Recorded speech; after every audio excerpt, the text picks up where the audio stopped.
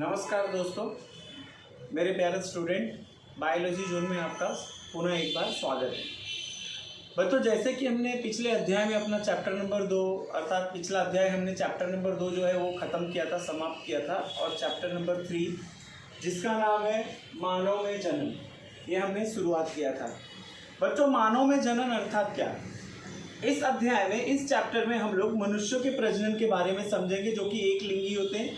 एक लिंगी अर्थात नर और मादा अलग अलग, इसमें पुरुष और स्त्री का समावेश किया गया है। बच्चों, ये लैंगिक प्रजनन की एक प्रक्रिया है।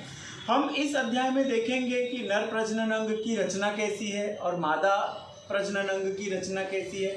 इनमें शुक्राणु जनन की प्रक्रिया कैसे होती है, अंडाणु जनन की प्रक्रिया कैसे होती है, मासिक स्राव के बारे में हम अध्ययन करेंगे, दूध अर्थात स्तनपान के बारे में हम अध्ययन करेंगे बच्चों, है ना। हमारा जो सबसे पहला टॉपिक है इस चैप्टर का वो है पुरुष जनन तंत्र। और जो हम भली भांति जानते हैं, यहाँ पर जो दिया है वो क्या है बच्चों? पुरुष जनन तंत्र। अगर हम पुरुष जनन तंत्र की बात करें तो ये किस क्षेत्र में उपलब्ध है? श्रोणि क्षेत्र में। श्रोणि क्षेत्र अर्थात बच्चों, मैं आपकी जानकारी के लिए बता दूं, हमारा शरीर 3 भागों में विभाजित किया गया है। और वो 3 भाग कौन कौन से हैं? सबसे पहला शीर्ष, दूसरा वक्ष और तीसरा उदर प्रदेश। नाभि के नीचे जो प्रदेश है उसे हम उदर प्रदेश कहते हैं। बच्चों, आइए हम देखते हैं नर प्रजनन अंग में। अगर हम देखें तो नर प्रजनन अंग जो होता है ये श्रोणि क्षेत्र अर्थात पेल्विस रीजन में उपस्थित होता है। इनमें किन किन अंगों का समावेश किया गया है? एक जोड़ी वृषण, सहायक नलिकाएं, एक जोड़ी ग्रंथियां तथा बाह्य जननेंद्रियां भी शामिल हैं।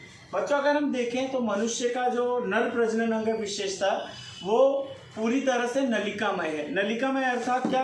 जिससे हार्मोन और उत्सेचकों का स्राव कराया जाता है प्रजनन के दौरान या प्रजनन की प्रक्रिया के दौरान। बच्चों, एक बार हम रिपीट करते हैं।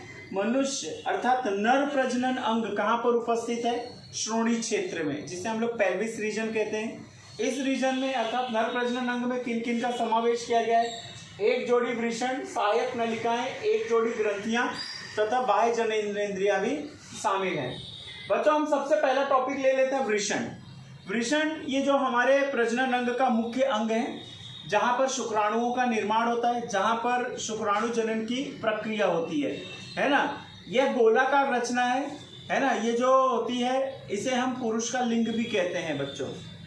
अब अगर हम वृषण की बात करें तो वृषण ये गोलाकार अंग है जिसमें शुक्राणु जनन अर्थात शुक्राणुओं का निर्माण होता है बच्चों, है ना। हम वृषण के बारे में जान लेते हैं। यह गोलाकार रचना होती है ना। यह उदर गुहा के बाहर एक थैली में रचना है ना। इस थैली में रचना को हम क्या कहते हैं बच्चों? वृषण कोश, है ना। वृषण के मुख्यतः 2 भाग हैं। एक अंदर का भाग जिसे हम वृषण कहते हैं, जहां पर शुक्राणुओं का निर्माण होता है, और इसके बाहर का जो आवरण होता है उसे हम वृषण कोश कहते हैं बच्चों। अब हम आगे देखेंगे वृषण कोश की विशेषता क्या है। वृषण कोश की मुख्य विशेषता क्या है? वृषण कोश, है ना, जहां पर अगर हम देखें या जिसकी सहायता से शुक्राणुओं का निर्माण होता है, जिसके कारण शरीर के तापमान से वृषण कोश का तापमान जो होता है वो 2 से 2.5 डिग्री सेल्सियस कम होता है। उदाहरण अगर मैं समझाऊं, अगर मान लो हम एक व्यक्ति लेते हैं, एक व्यक्ति के शरीर का तापमान 30 डिग्री सेल्सियस है, तो स्वाभाविक है उसके वृषण का तापमान कितना होगा? 28 डिग्री सेल्सियस। क्यों इतना कम होता है या 2 से 2.5 डिग्री सेल्सियस क्यों कम होता है? ताकि शुक्राणु जनन की प्रक्रिया हो सके। शुक्राणु जनन अर्थात क्या? अर्धसूत्री विभाजन के द्वारा नए शुक्राणुओं का निर्माण होना। अर्धसूत्री विभाजन के द्वारा नए शुक्राणुओं का निर्माण होना, इस प्रक्रिया को हम शुक्राणु जनन की प्रक्रिया कहते हैं। अब बच्चों देखते हैं हम आगे। वृषण कोश या वृषण के तापमान को शरीर के तापमान से 2 से 2.5 सेंटीग्रेड कम रखने में सहायक होता है। क्यों कम रखता है? ताकि शुक्राणु जनन की प्रक्रिया हो सके। बच्चों, शुक्राणु जनन क्या है? शुक्राणु जनन अर्थात शुक्राणुओं का निर्माण। यह प्रक्रिया कहाँ पर होती है? वृषण कोश में होती है। अगर हम देखें तो वृषण कोश में अर्धसूत्री मतलब पहले से ही जो कोशिकाएं मौजूद है, शुक्र कोशिकाएं, उन्हीं का अर्धसूत्री विभाजन कर नई नई शुक्र कोशिकाओं का निर्माण होता है। बच्चों, अगर हम देखें तो वयस्कों में वृषण अंडाकार होता है, मैंने पहले ही रचना बता दी थी, है ना। वृषण की रचना कैसी है? अंडाकार, जिसकी लंबाई 4 से 5 सेंटीमीटर, चौड़ाई 2 से 3 सेंटीमीटर होती है। बच्चों हम एक छोटा सा रिव्यू ले लेते हैं। सबसे पहला हमने पुरुष जनन तंत्र देखा इस अध्याय का, चैप्टर नंबर 3 का। क्या है, कहां पर होता है ये? श्रोणी क्षेत्र में। क्या क्या आता है? एक जोड़ी वृषण, सहायक नलिकाएं, एक जोड़ी ग्रंथियां और बाह्य जननेंद्रियां शामिल हैं। अब इनमें जो सबसे पहला टॉपिक है हमने क्या लिया? वृषण, है ना। वृषण ये उदर गुहा के बाहर है, एक थैली नुमा संरचना है जिसकी रचना गोलाकार होती है, या हम अंडाकार भी बोल सकते हैं बच्चों, है ना। जिसे हम क्या कहते हैं बच्चों? वृषण उदर गुहा के बाहर है, जिसे हम क्या कहते हैं? वृषण कोश। वृषण कोश या वृषण के तापमान को 2 से 2.5 डिग्री सेंटीग्रेड कम रखता है। क्यों कम रखता है? ताकि शुक्राणु जनन की प्रक्रिया आसानी से हो सके। अगर हम वयस्कों के वृषण की बात करें तो इसकी रचना अंडाकार होती है, जिसकी लंबाई 4 से 5 सेंटीमीटर, चौड़ाई 2 से 3 सेंटीमीटर होती है। बच्चों यहाँ पर आपका एक बीएसक्यू भी बन रहा है, जैसे मैं प्रश्न के द्वारा आपको समझा देता हूं। वयस्क मनुष्य के वृषण का आकार कैसा है समझाइए। तो सबसे पहले आपको क्या लिखना है? 1 नंबर में गोलाकार। मनुष्य का वृषण या मनुष्य के नर प्रजनन अंग में वृषण कहां पर उपस्थित होता है? तो पेल्विस रीजन में या उदर गुहा के बाहर, ठीक है ना। जैसे कि मैंने बताया शीर्ष, वक्ष और उदर, ये आप अच्छी तरह जान गए। मनुष्य के वृषण की लंबाई और चौड़ाई बताइए, है ना। इसको याद करने के लिए एक क्रम याद कर लीजिए, 2 3 4 5। भले हम उल्टा लिखेंगे चलेगा, चौड़ाई लंबाई या लंबाई चौड़ाई, आपको जैसे याद रहे, है ना। 2 3 4 5 का क्रम याद रख लीजिए। जैसे चौड़ाई 2 से 3, फिर आप लिखिएगा लंबाई 4 से 5, तो आपका एक क्रम बन जाएगा जिससे कि आपको आसानी से याद रह सके। बच्चों मनुष्य के वृषण का तापमान शरीर के तापमान से लगभग कितना डिग्री सेल्सियस कम होता है? तो आपको आंसर में क्या लिखना है? 2 से 2.5 डिग्री सेल्सियस जितना कम होता है। मनुष्य के वृषण का तापमान क्यों 2 से 2.5 डिग्री सेल्सियस शरीर के तापमान से कम होता है?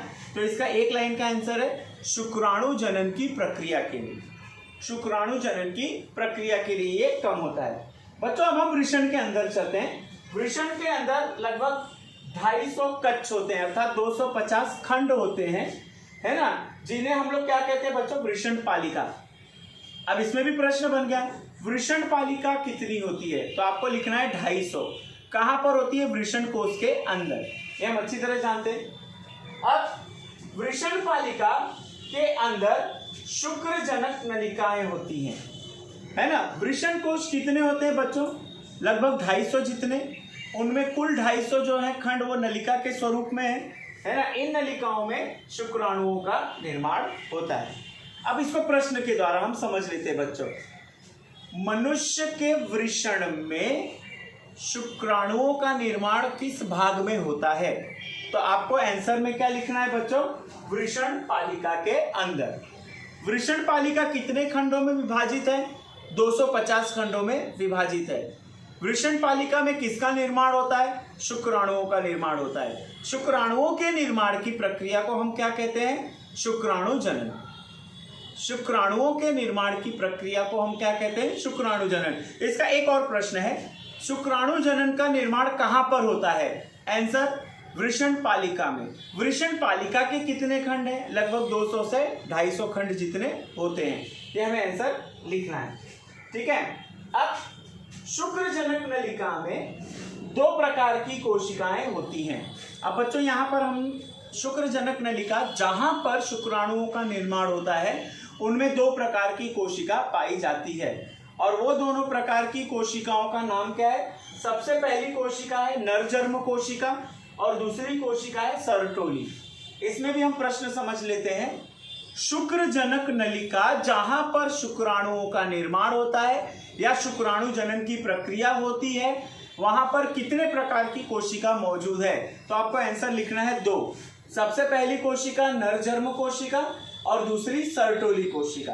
अब बच्चों इनके भी अलग अलग कार्य हैं, इन दोनों कोशिकाओं के भी अलग अलग कार्य होते हैं। जैसे कि नरजन्म कोशिका का कार्य क्या है? अर्धसूत्री विभाजन द्वारा नए नए शुक्राणुओं का निर्माण करना। अर्धसूत्री विभाजन द्वारा नए नए शुक्राणुओं का निर्माण करना। जबकि सर्टोली कोशिका नए निर्मित हुए शुक्राणुओं को पोषण प्रदान करती है। शुक्रजनक नलिका में दो प्रकार की कोशिकाएं हैं, नरजन्म कोशिका और सर्टोली कोशिका। नरजन्म कोशिका जो होती है वो अर्धसूत्री विभाजन कर नए नए शुक्राणुओं का निर्माण करती है।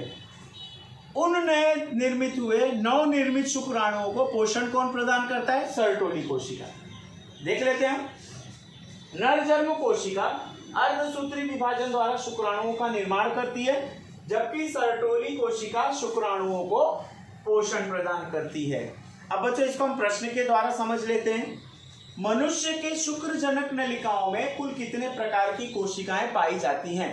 तो आपका बहुत सीधा साधा आंसर है। सबसे पहला नरजन्म कोशिका और दूसरी सर्टोली कोशिका।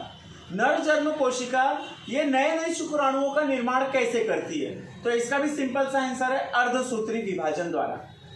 नरजन्म कोशिका नए शुक्राणुओं का निर्माण कैसे करती है? अर्धसूत्री विभाजन के द्वारा। तो सर्टोली कोशिका का क्या काम है? सर्टोली कोशिका नई निर्मित हुई शुक्राणुओं को, नवनिर्मित शुक्राणुओं को पोषण प्रदान करती है।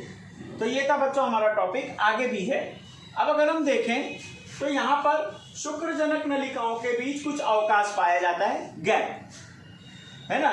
शुक्रजनक नलिकाओं के बीच में गैप पाया जाता है। शुक्रजनक नलिका कितनी होती है? लगभग 200 से 250 खंड जितने होते हैं। अब अगर हम इन शुक्रजनक नलिकाओं की बात करें तो इनमें दो प्रकार की कोशिकाएं पाई जाती हैं। सबसे पहली है नरजन्म कोशिका और दूसरी है सर्टोली कोशिका। नरजन्म कोशिका जो होती है ये अर्धसूत्री विभाजन कर नए शुक्राणुओं का निर्माण करती है और उन नवनिर्मित शुक्राणुओं को पोषण कौन प्रदान करता है? सर्टोली कोशिका प्रदान करती है। बच्चों अब यहाँ पर हम देखते हैं शुक्रजनक नलिका। शुक्रजनक नलिकाओं के बीच कुछ गैप होता है। सब 250 नलिका है, मैं मानता हूँ, आप लोग भी मानते हैं 250 नलिकाएं होती हैं, है ना। ये 250 नलिकाएं एक दूसरे से चिपकी नहीं होती, इनके बीच कुछ भौतिक अवकाश पाया जाता है जिसे हम इंग्लिश में गैप कहते हैं, है ना। इनके बीच में गैप